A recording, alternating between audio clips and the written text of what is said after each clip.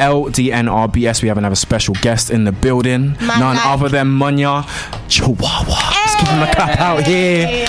You enjoyed saying that. I did. I've been waiting all week to say that, man. Honestly, the surname, I like the surname first and foremost. Can I just say, I'm cracking up already and we haven't even started the interview. This is tricky because we didn't know if he was in character or not. You expect me to be funny. That's where you're wrong. Interesting. You know what I mean? Well, no, maybe. Yeah. You know, maybe. It depends on how good our chemistry is. I was literally like, is this a character or is this you? I can't tell. It's just Do you know what's so strange? I actually prefer to be a character. I prefer being a character to be myself.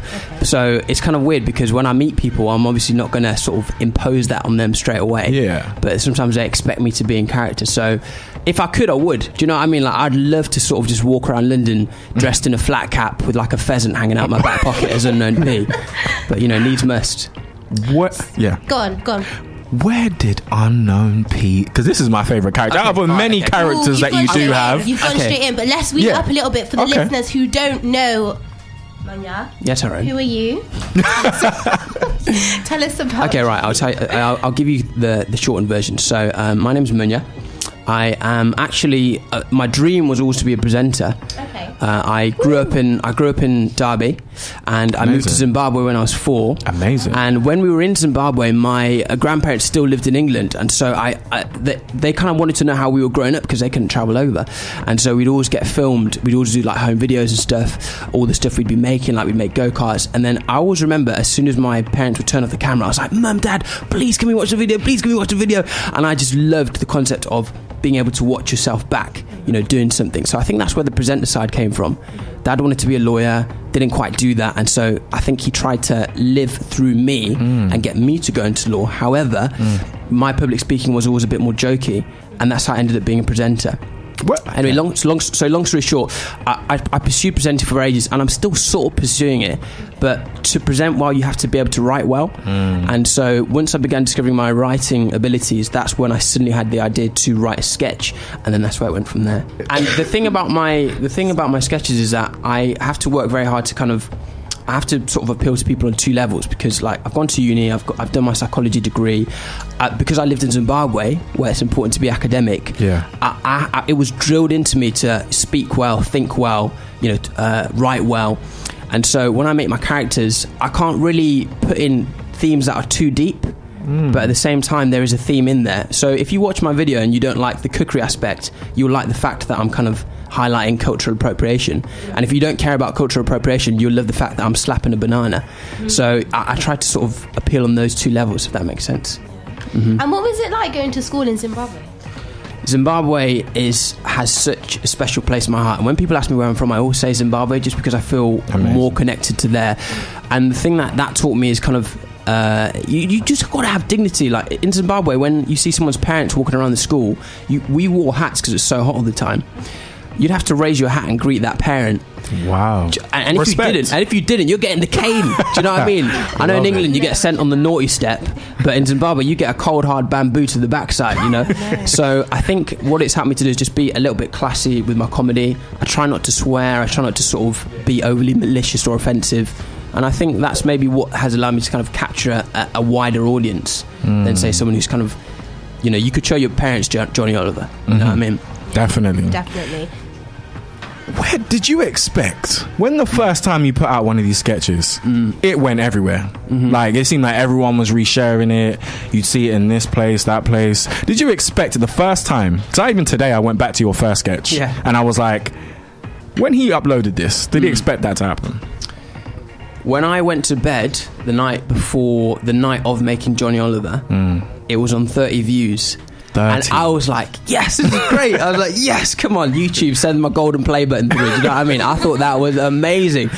And then I remember waking up the next day, and I was on my, I was just like chilling. I was on my laptop, and I checked my Instagram, and like it went up 16 followers, and I was like, oh, cool. And then I think my thumb slipped, so that it refreshed again, and it went up another 16. And I thought, wait, this is weird. Like this has never happened to me before. And then I had this strange feeling that something had happened. Yeah. So instinctively, I went to I'm Just Bay, and I saw it on there, and I nearly fell off the bed. Do you know what I mean? Because I sort of, I would never have anticipated him seeing the video, because I don't think I tagged it. I think someone else tagged him. Yeah. And when someone's got millions and millions of followers, you think, well, what's one notification? And then, yeah, man, that was crazy. It's such a crazy sensation, because it's almost like it kind of gives you clarification that people, even though 30 people had seen it the night before, all it needed was a bigger platform for more people to enjoy it. It's not that it wasn't a good video. Yeah. And, you know, maybe I was half tempted to take the video down because I thought 30 people have watched it, like, it's no good. Yeah. Do you know what I mean? Where do you get the inspiration for your sketches? Because obviously the Johnny Oliver one, that's clear. But Shout out to Johnny. For example, Unknown P, or like the other ones that you've done. It's between two old school journalists. I think they're sort of journalists / comedians. One's called John Oliver, incidentally, and one's called Andy Zoltzman. And they used to do like a satirical podcast for a newspaper, and they got so cheeky with it that the newspaper actually sacked them. And so they carried on doing the podcast on SoundCloud. And they are just so good at taking a story, even if it could be the most serious thing you've ever heard, and making it absolutely hysterical. So I tried to do a new show, actually. I'd do like 60 seconds, 6 stories of stuff that had happened. And I think because the scripting was too kind of, maybe it was too political, maybe the language I was using, it wasn't very accessible, it wouldn't get retweeted, it wouldn't get liked. And so I thought, well, what if I could continue to tell those stories but through a character? And that's why I said earlier, so Johnny Oliver is about cultural appropriation, DJ Moochie is about kind of the overstated DJ character that we've come to know and love. Yeah. And then you've got Theresa May's dance tutor, which is basically another popping one, evil personified. And then you've got Unknown P, who kind of represents the fact that when a new type of music comes out in the UK, especially a music of our origin, grime, drill, we always, often what you'll see is it doesn't get accepted, and then when they're forced to accept it, they start to act as if they were on it from the beginning. Do you know how just before you say that, do you know how interesting to think that's your perspective? Do you know how interesting that is? Yeah, go on. I was going to say, what sort of feedback do you get from any of the artists? Like, you done a skit with Heady One, and it's sort of like that would burn me still. If that was me, that would burn me. You've taken one of my questions, but that was literally I was going to. That would burn me. So, like, have you got feedback from Heady or any of these people? Has Heady seen the video? Is what he's trying to say. He's seen the video. He's retweeted the video. And, quite frankly, good humour. For saying I'm sort of 7 foot tall and absolutely ripped, I think you'd be a fool to approach me. I'm joking. I think it is. If I saw Heady, I think... if I saw Heady, if I saw Heady, I think he'd do the stare that he does at the beginning of the video. Yeah. But then we both crack up, because, like I said, there's a difference between doing something that's kind of malicious, and then something that sort of captivates what lots of people are talking about. Because if he was going to be angry at me, it's almost like you should be angry at everyone retweeting the beginning of 1800, making funny captions. I will try and sort of do stuff with people who I believe probably have a good sense of humour, and if it came down to a face-to-face, I think the worst you could say is, hey, I don't like you because you put my video under a Pritt Stick advert. Do you know what I mean? And that's very unlikely to happen. So I was always in good taste. Do you ever get reservations, like if you're gonna not with any malice or anything, but kind of use an artist as an inspiration for a new sketch? Do you ever feel a bit kind of anxious really about like whether I should do how they take it? Could this how they're going to take it? Is this going to be beef? I think I'm quite a sensitive person. I think I'm sort of I always try and think of what would happen if we were in a room together. Right. And so with Jamie Oliver, realistically, that he could have found that quite hurtful. But I think what I actually was saying is, look, Jamie, you made a mistake. I'm sure that you're not like a seething racist. Maybe you just messed up. I would never have an idea that would be offensive to an artist in the first place. Do you know what I mean? Because I never want to offend. I only want to kind of satirize. I have to ask this question because I am a fan of comedians. I grew up on a lot of comedians. Now, in the UK, I wanted to ask a question because you, in my opinion, you're very talented, naturally. In the future, where do you feel like you're going to take your art? So I think what I really need to focus on this year, sorry, we just touched knees. What we really need to focus on this year is I have to extend. I want to extend stuff beyond a minute. I would love to make something long form. Realistically, the short answer to that question is we've had some real comedy icons in England, in the 100%. UK. We've had Ali G, You know, you've had Dapper, you've had like Mo the comedians doing great stuff. Definitely. RS, and I wish that he would have continued. Same. Or I wish he brings it back. Because what he's doing a lot still. Come back. Oh, he's doing fantastic stuff. Like Enterprise is great, but almost miss RS. Sure. There are a million things that he could have and could still do. True, indeed. And I hope he does. But yeah, you know how you can sort of go onto Twitter, you can go on Instagram, you can go on Facebook, you can see a website referencing memes that have been made from somebody's comedy and stuff. Not necessarily, I don't want to make memes, but I love the thought of making something so quotable or so kind of spreadable that you could just see it. It could go from your living room to halfway across the world. And I think that's what I'm aiming to do. I want to write smart. I want people to kind of remember what I've written. I'm not so bothered about people being like, yeah, but do you know Munya Chawawa? I just want you to know sort of the style of my work and to have felt something. Do you know what I mean? You flick through your timeline and very few things make you stop and think, oh man, I feel humour, or I feel provoked, or I feel... So I just want to make stuff that makes people feel. I wanted to ask as well, like, how do you juggle? Because you've got some really good presenting gigs as well. You've got your show and Represent, and then you work with Channel 4, so that's really big gigs there. Haha, see what I did there.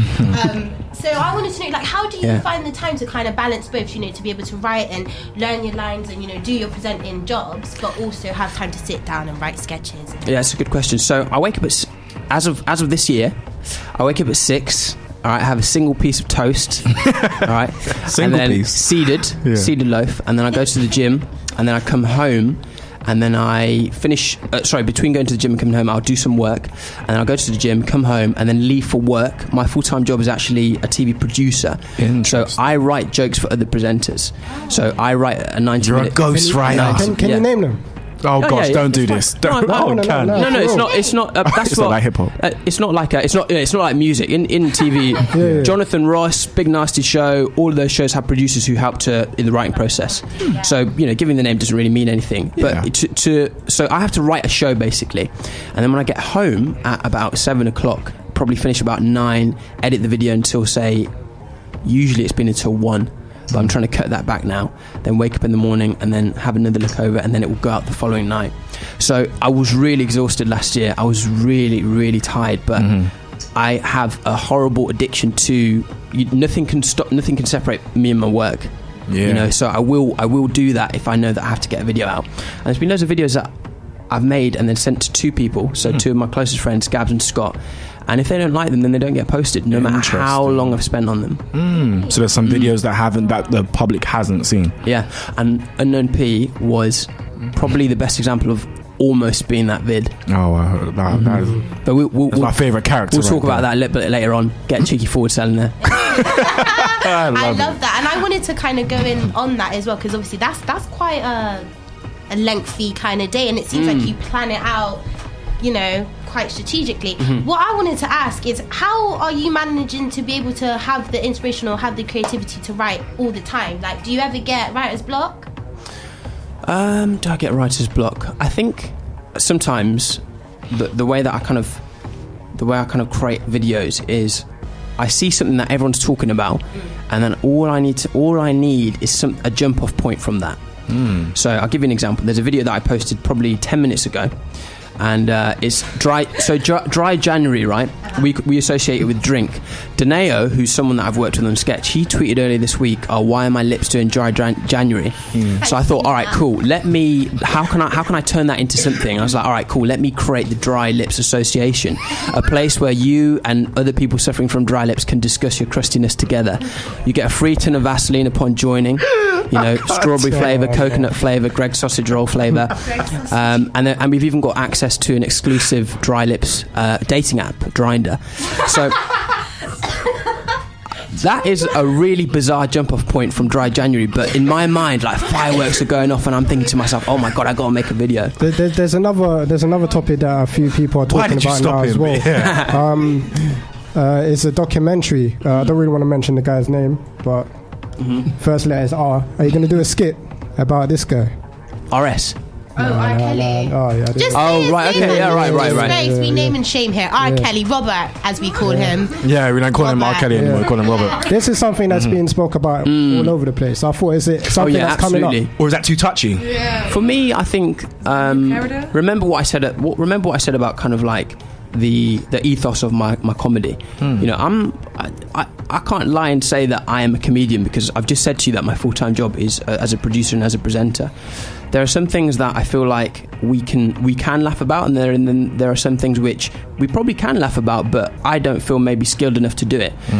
You get someone like Frankie Boyle or some of the stand-ups at the Apollo, and they'll be able to talk about an issue like terrorism, or even worse, in a way that still makes people laugh, and they've got a lot of skill in being able to do that. If I don't trust myself with the skills to do that, then I'm not going to, because I've got so much other good work that I want to maintain. And so sometimes you have to ask yourself, okay, well, look, am I putting myself in that position if I take a gamble on being funny? You know, because this week I could have made a video about R. Kelly, I could have made one about dry lips, and for me, I know that I'm way more experienced in dry lips. You know.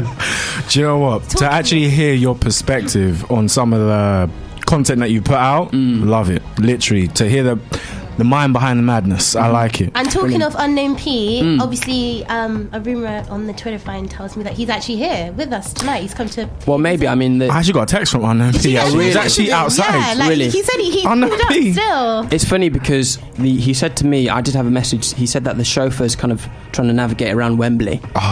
It's a yeah, bit, 'cause it's a the bit football's busy. on, isn't It's it? a bit Yeah, busy the wing right now. mirror's been struck by a stray football, but Yeah.